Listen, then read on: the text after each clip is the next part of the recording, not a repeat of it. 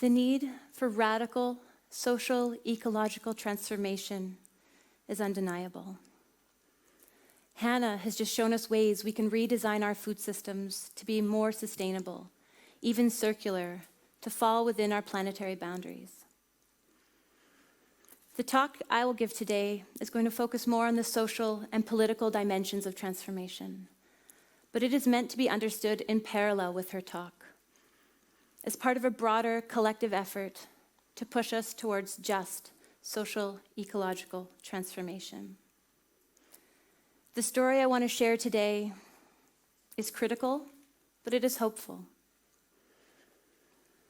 This story plays out in an uneven landscape, a contested landscape.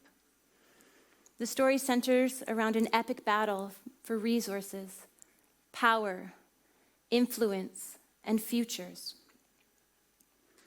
There are many characters in this story, each with different preferences, values, resources. But when we get to know them, we find out that their vision for the future, they're not so distinct. Where they differ is in the various pathways and solutions they imagine to get us there.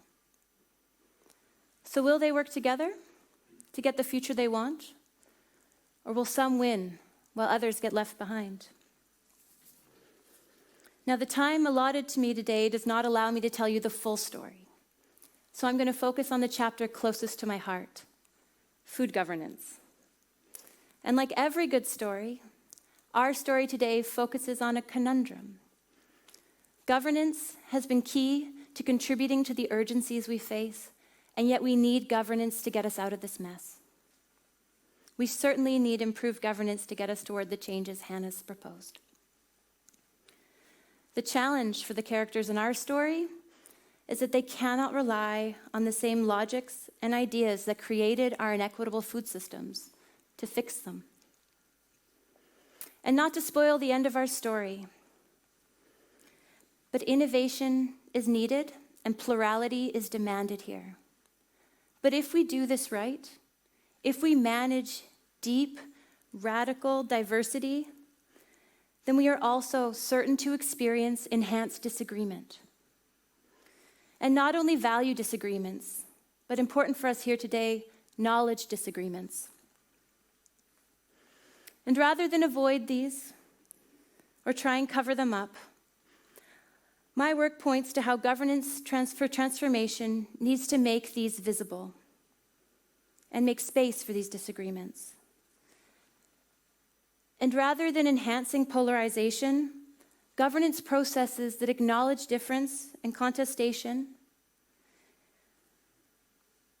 actually reduce polarization. Because it's when people feel unheard, unseen, left out, that they tend towards the margins.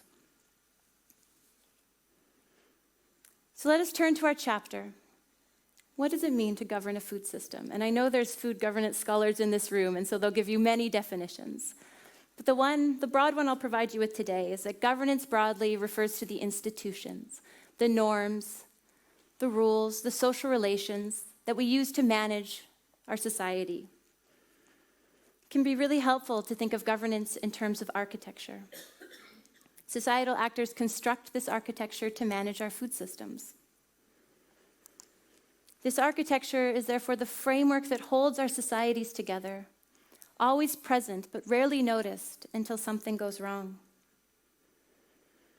Now you'll notice that our governance architecture here is fragmented.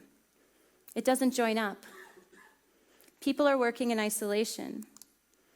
You have people working on agriculture who aren't talking enough with people working on trade and finance, who in turn aren't working closely enough with ecologists, and certainly not enough with our health experts. And this leads to confusing and contradictory policies. A very common one that we might know about is that our marine ecologists are asking us to reduce fishing of certain stocks, while our nutritionists are pushing for us to eat more fish.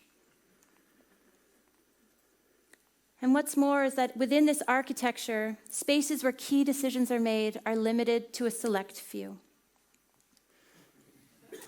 So my research focuses on the politics that surrounds the governance of food systems and mechanisms for participation.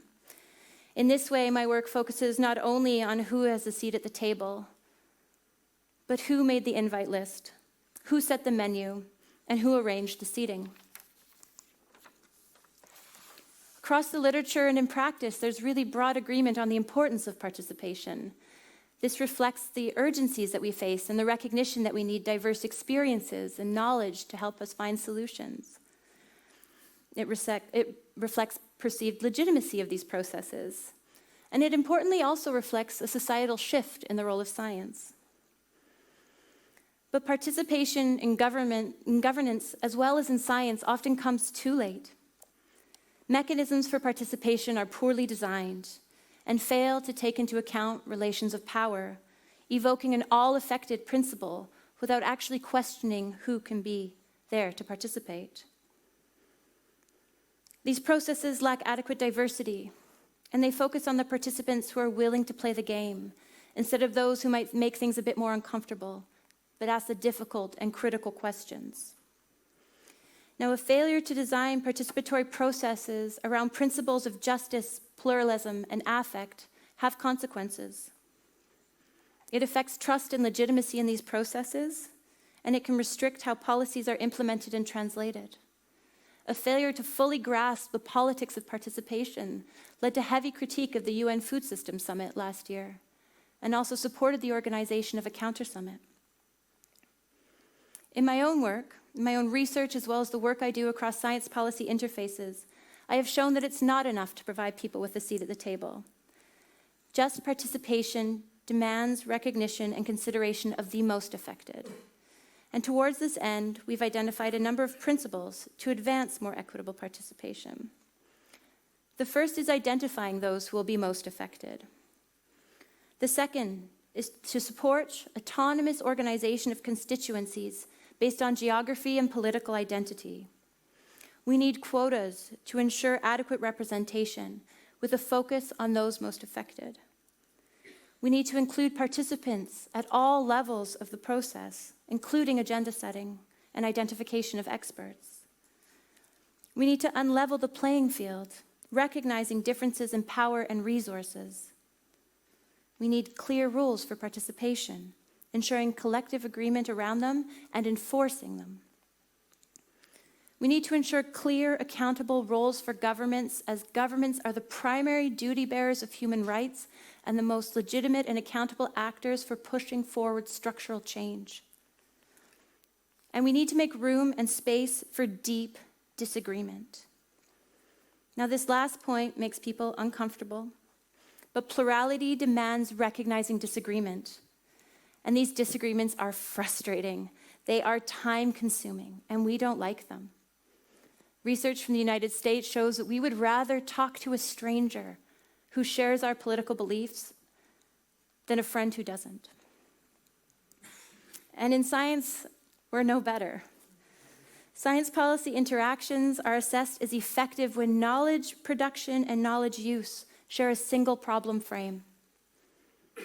This failure to make space for disagreement in governance and in science serves to reinforce status quo, limit creativity and critique, and thus restrict transformative potential. Transformative change demands novel ideas that push the status quo, and these are not advanced without friction. But that does not make them a hindrance. We are often told to aim for consensus and to find common ground, but when it comes to politics and governance, especially of our food systems, there are values and issues on which we will never find consensus. To push that vision forward, to push for consensus, is again to reinforce the status quo, privileging those with more resources. And it keeps us from addressing those sticky, wicked problems that are often underlying the key challenges we aim to address. On the bright side, disagreements are key to identifying transformative and inclusive pathways. They make visible path dependencies and help us make visible patterns of subordination. Disagreements can be transformative when actors experience a change in their role perception and when changes among actors' power relations are induced.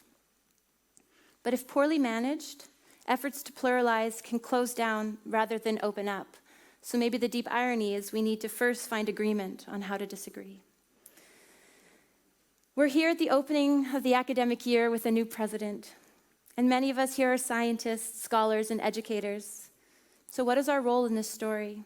How can our work feed good governance to stay within the safe and just operating space of our planet? I'm going to put forward that our role is not to smooth over controversy, or to try and solve them, or to put a single united way forward. Rather, the role for science is to seek out disagreement, to make them visible and understandable. Our role is to be open, to stay humble in the face of disagreement. And here I draw deep inspiration from the American scholar Donna Haraway, who calls on us to stay with the trouble. Staying with the trouble means sitting with that unsettled feeling, means becoming truly present in the face of ambiguity. This approach has been key to the design of the Center for Unusual Collaborations, a project of 4 local young academies. You'll notice the octopus. This is our logo, and it builds on Haraway's theory.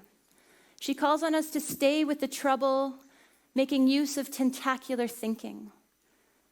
Tentacles, from the Latin tentare, to feel, to act, to aggravate.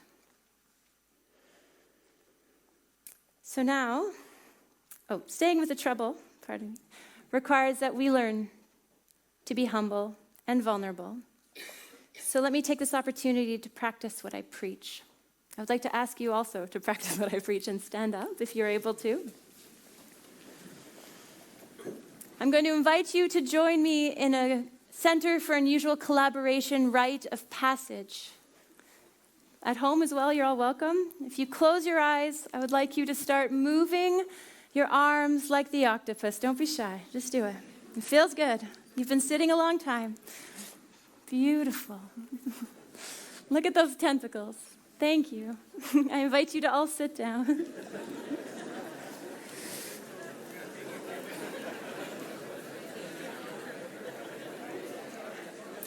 So, if, as you all were, if you were willing to be vulnerable, perhaps look and feel a little foolish and to step outside of your comfort zone, then perhaps you are well positioned to engage in the novel forms of collaboration that can advance food system transformations. This work is difficult, but it is meaningful, and honestly, it's often a lot of fun, leading to what we at the center are calling collateral happiness. So we're coming to the end of our story, the end of this chapter.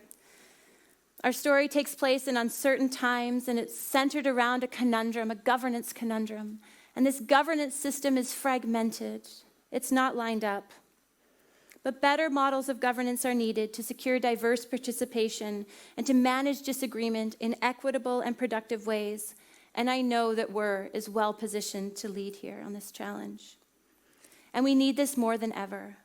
The Science Society contract is being contested and revised. We also need this because we need new narratives. We need new stories to support more equitable and impactful governance arrangements for the future of our food systems and our planet. They are what policymakers need, and they are what our students demand.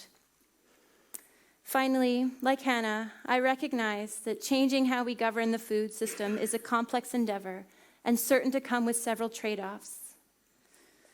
These can make us nervous, uncomfortable. That feeling, that means we still care, and that is where the hope is. So I hope that together we can get comfortable with being uncomfortable if we truly want transformation. Thank you.